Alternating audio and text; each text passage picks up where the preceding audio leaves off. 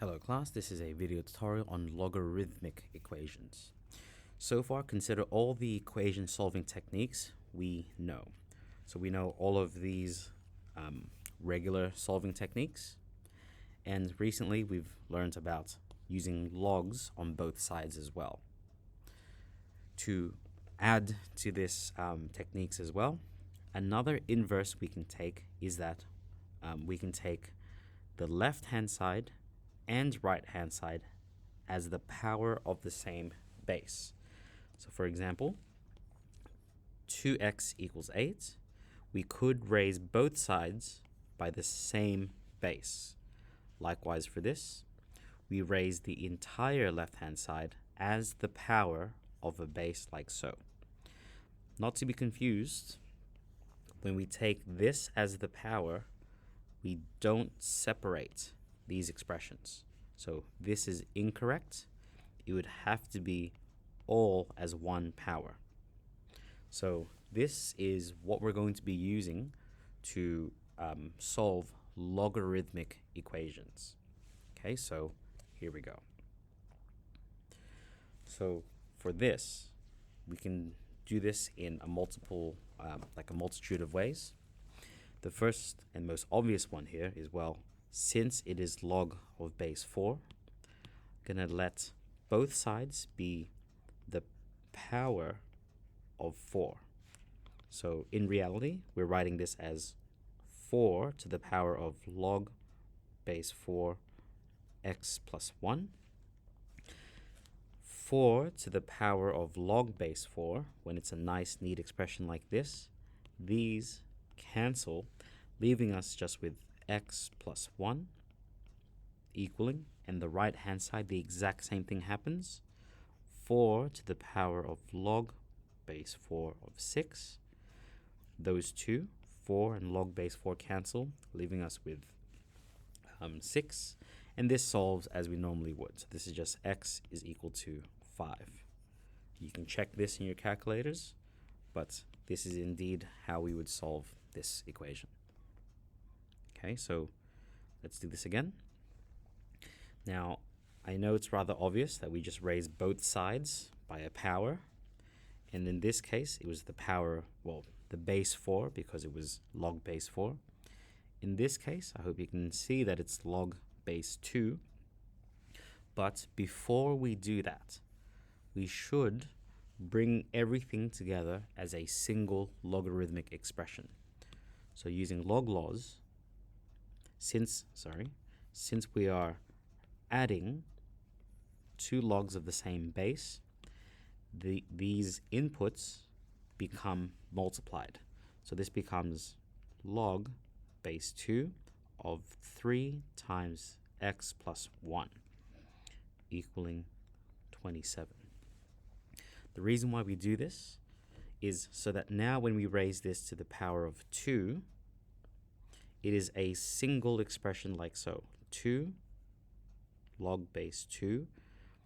I'm actually going to expand this expression here. This becomes 3x plus 3 equaling 2 to the power of 27.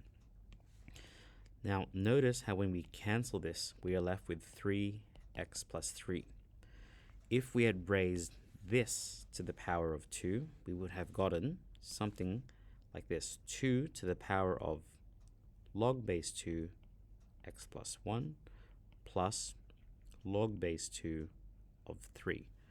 So notice how it's 2 to the power of everything on the left hand side. But because they are a single expression, when we cancel it, we are left with just 3x plus 3 equals 2 to the power of 27. Well, from here, 2 to the power of 27 is a very large number. So this will become 3x equals 2 to the power of 27 minus 3. And then we divide both sides by 3, giving us 2 to the power of 27 minus 3 all over 3. And this would be a very large number, I believe. I'm not sure if the calculator can even take that.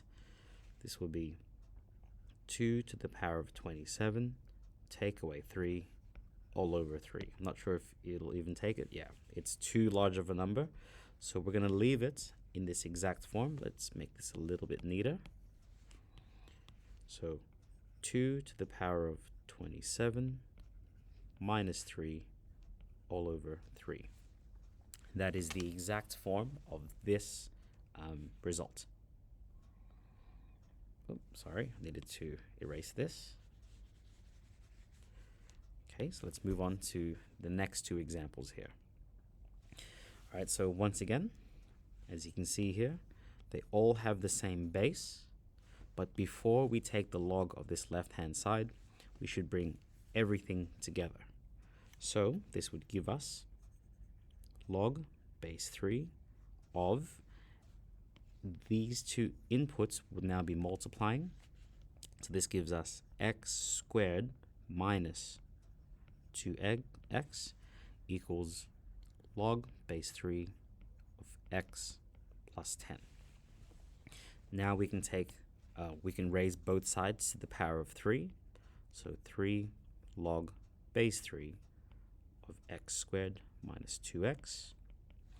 3 log base 3 x plus 10.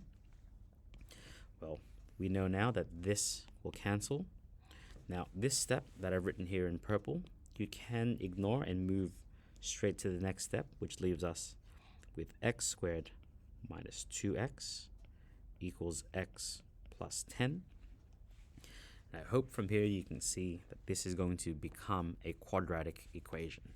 Moving everything to the left-hand side, we get x squared minus 3x minus 10 equaling 0. And this will factor into x plus 2, x minus 5 equaling 0. So this leaves us with x equals negative 2 and x equaling positive 5. Now, if you've gotten to this stage, there's one additional thing that we must take into consideration. If you take a look at negative 2, if you try and input this into this expression or even this expression, you get log base 3 of negative 2. This is not within the domain of logarithms. So this, even though we've come to this as a solution, we have to exclude this from our results. So this is not a solution. So we should then state that x equals 5 only. That is the only solution that we have to this expression, to this equation, even if we have come to this as our quadratic solution. All right, so I hope that gave you an insight into this first set of equations here. Yeah, I hope to see you in the next video, and best of luck.